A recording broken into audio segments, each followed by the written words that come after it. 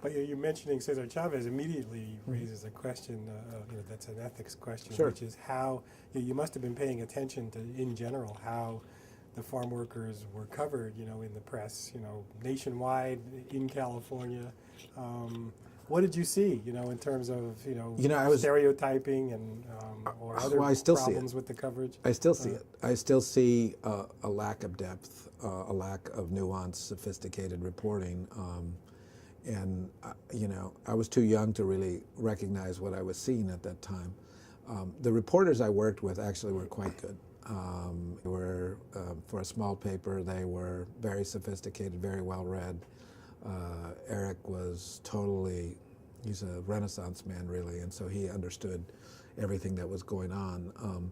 But watching people parachute into the story was sometimes disconcerting, because they would go for quick quotes, not have done the background research necessary to put everything into context. It was, and it has been, a really interesting ethical challenge. There were some ethical challenges of being one of the few Latinos who were covering Cesar Chavez at the time. Cesar himself expected, because there were so few Latinos, I think, that I would be 100% with La Causa, that I would write things that were pro-Chavez. Well, I had insights that would say I wrote pro-Chavez, but they were different insights. I would look at it from a person's perspective, a people perspective, because I think a lot of times, even today, illegal immigrants are demonized. They're not seen as people. They're seen as less than human. The ethical debate over the use of illegal alien. After Sigourney Weaver made her show, that people started thinking about not using that term, because it in the general public's mind, it made them less than human. What were you using in Salinas? I think at that point we did use illegal alien, and the real debate didn't start until the 1980s. Ultimately, I think it changed to illegal immigrant, but there were a lot of debates. But on the other side, when I was in Salinas, I ultimately went to work. My next step was to go to work in Fresno, and I was going to cover the farm workers in Fresno for the Fresno Bee. And one of the editors at Fresno, very initially, walked up to me and said, "Do you think you can cover Cesar Chavez objectively?" And I said, "Well, what do you mean? I've been covering him for several years now, since I was a kid." I still was a kid. I was like 24, 25, something like that. I said, "I've been covering him objectively for quite a while." And he says, he goes, "You're a Mexican and he's a Mexican." And this is kind of I had a sharp mouth always, and my temper flared. And I said, "Can you cover Dan Whitehurst objectively?" And he said, "What do you mean?" I said, "Well, he's white, you're white."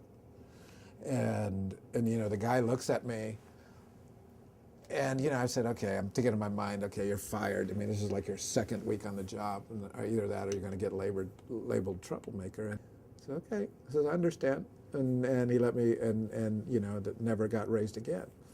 But even later, that same issue got raised years later, when I was already editor of the Sacramento Bee, and I had objected to a blog post that one of the editorial writers, one of the editorial columnists had written, in which they took some shots at Cruz Bustamante, who I never thought, Cruz Bustamante was a lieutenant governor, never thought at that time, I think he was Speaker of the Assembly, and I never thought he was a great, leader in some terms, but he was a decent legislator, et cetera, and there were some, shots taken at him, and I thought they should have been edited, or at least gone through an editor, but it was posted directly to the web because of a blog.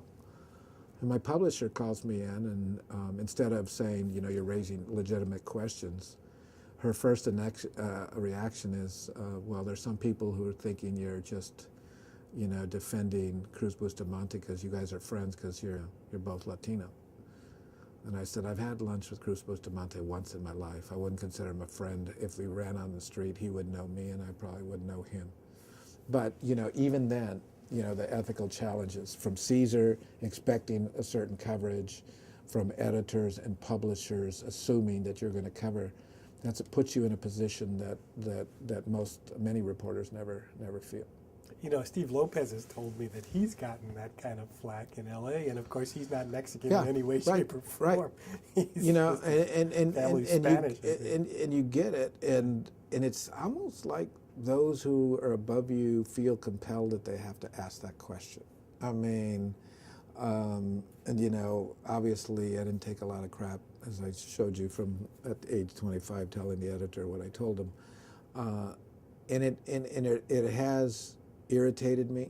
You know, you can also get in a position getting stereotyped and saying you're going to cover the Latino beat and that's all you can cover.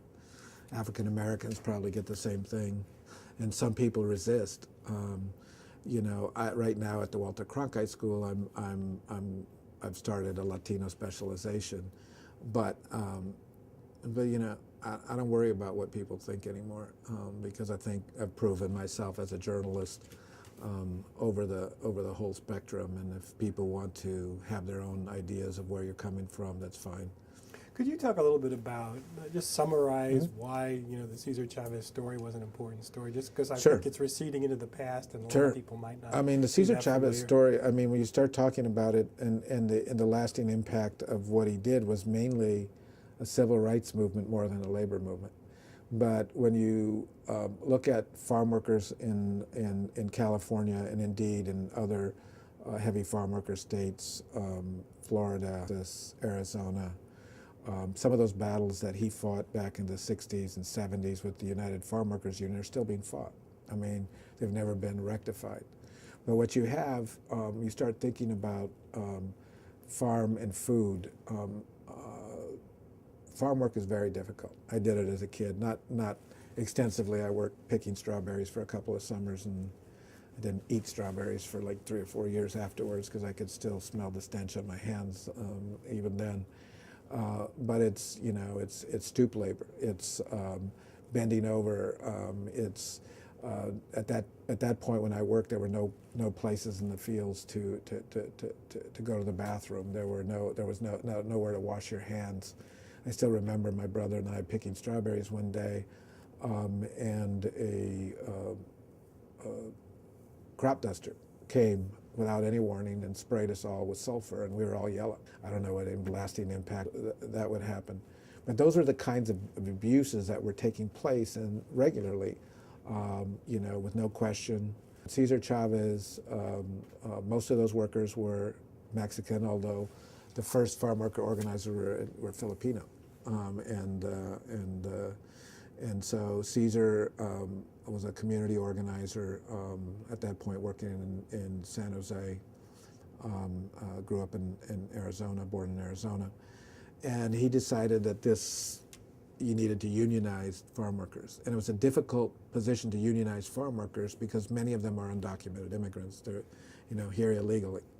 And so how do you get somebody who is here illegally to actually confront powers that could have you deported? I mean, but the conditions, you know, so he was more than anything a charismatic leader for the time who came and started saying, we need to confront these situations. We need to confront the low wages. We need to have toilets in the fields. They need to get breaks.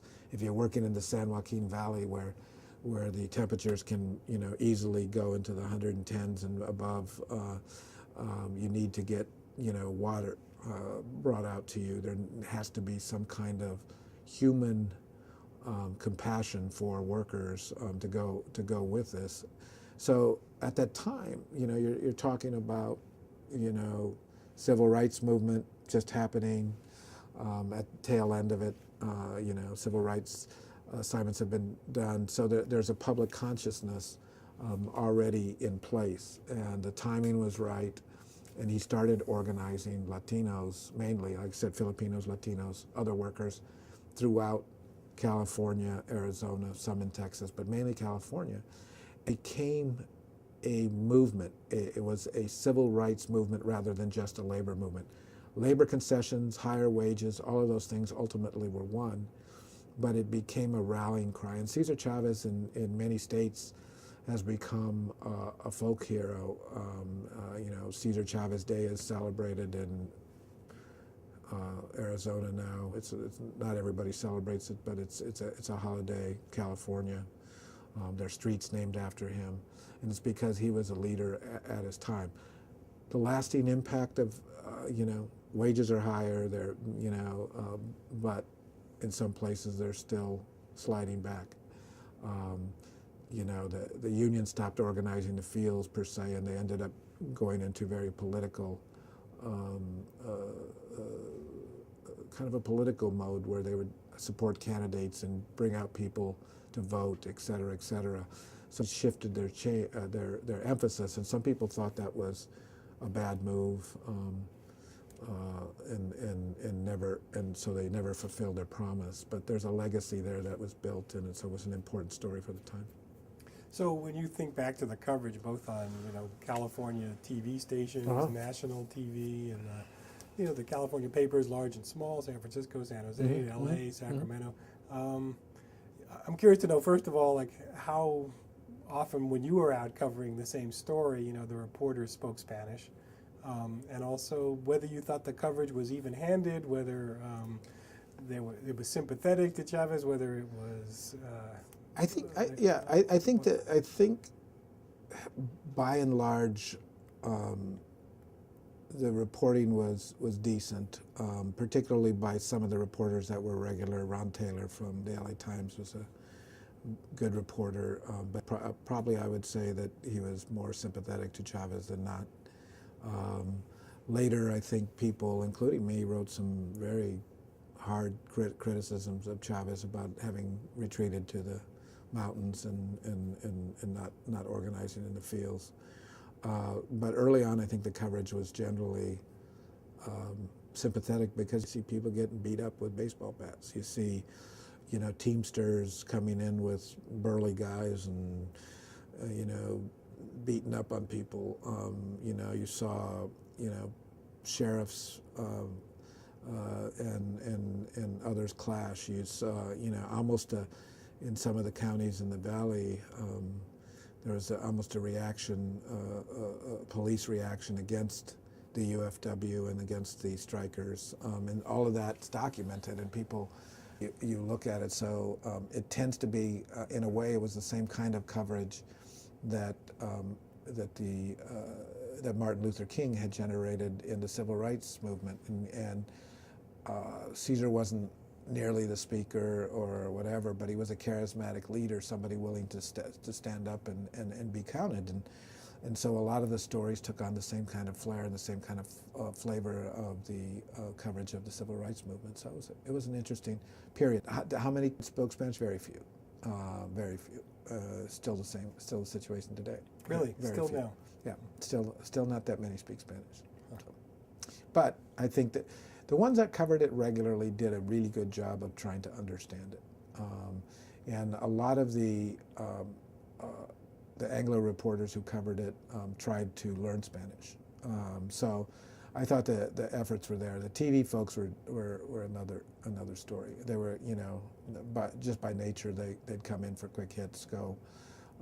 Not that many knew the background, know what they're doing. They'd get their film of the Long March, or somebody getting whacked with a bat or something like that, and they'd go. And so the context and the nuances always wasn't there. But a lot of the stories that I saw were good. The quick and dirty ones, AP, sometimes rewrites, etc. In those days, they just kind of took whatever they did and they rewrote it.